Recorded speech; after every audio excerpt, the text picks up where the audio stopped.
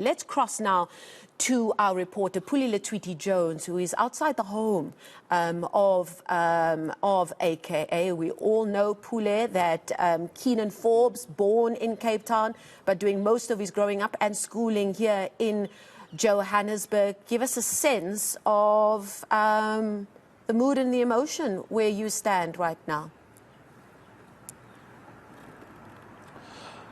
Well, it's quite quiet where we're standing currently. Of course, it's been a rainy morning. And, you know, to many, like you've just said, he was known as AKA Super Mega and Bova. Many young South Africans and many, of course, across the globe as well. Like we've seen from the United States, some rappers actually saying that he will be missed. He was a very friendly person who they could work well with. And, of course, on social media, like you're saying, many are still in disbelief. But we understand that, of course, the family releasing that statement in regards to confirming his tragic passing. And, of course, while we're at it, we've tried to also speak to some of his close friends and associates who've said that it was quite, you know, a terrible, devastating news they were still trying to bear with.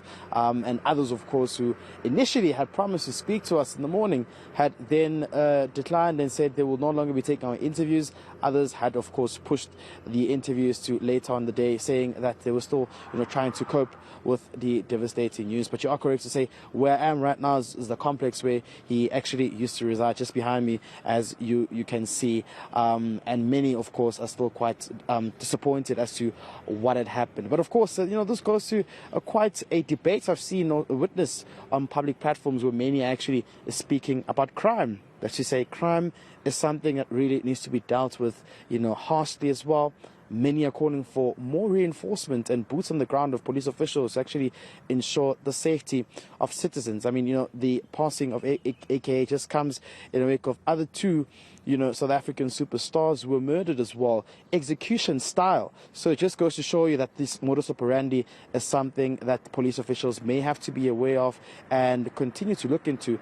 And as to speaking to that, we know that the SAPS has said that they're investigating 2 counts of murder and they are on top of it. But for the public, they believe that more still has to be done. Speaking of which, I was in conversation with the host of the breakfast show here at our sister station YFM a little earlier, and we're talking about how violence hadn't always been a part of the hip-hop part of our music industry. Not like we saw perhaps in the 90s in the hip-hop industry in the United States. If there have been beefs in the industry, it would normally play out in the music, in the bars that these artists would release, especially on social media. But violence has made its presence felt in a very real way. Just in the last few months, we saw the killing of DJ Somebody, gunned down in Hood Media in Johannesburg not so long ago.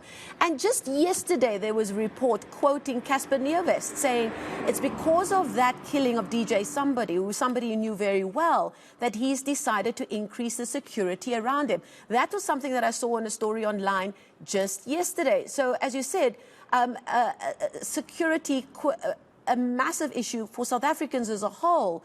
And as we now know, our celebrities, our music industries, participants are not able to avoid that reality either.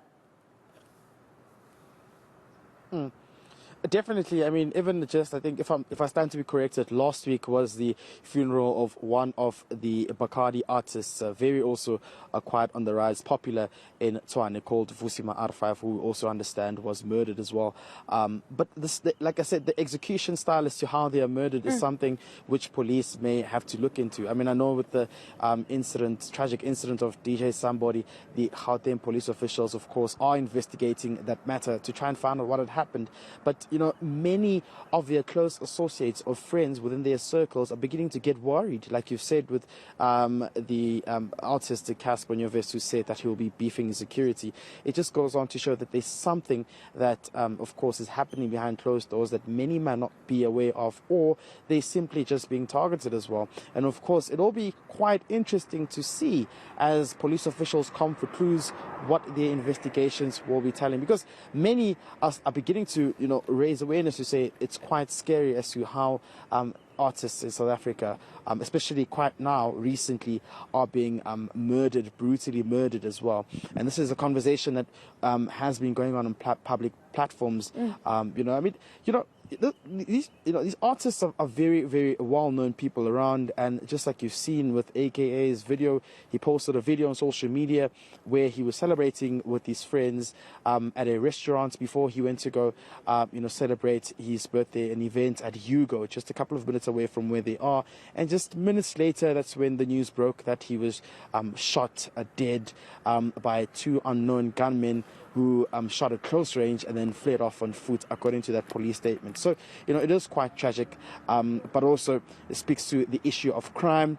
It speaks to how crime has to be dealt with in this country, because it looks as though police officials are not winning this fight against criminals, and everything is just spiraling out of control. One must also mention that the family of one of AKA's friends, Mr. Tibbs as well. Tibbs, or Tebelo's full name, is also, quite mourning his tragic death. This is the other man who was shot with AKA last night. So it is quite, devastating. It's something that police officials may have to look into swiftly. And many are just hoping that this may not be another cold case. They want arrests, and they hope that members of the SAPS will ensure that the full investigation does, of course, produce good results.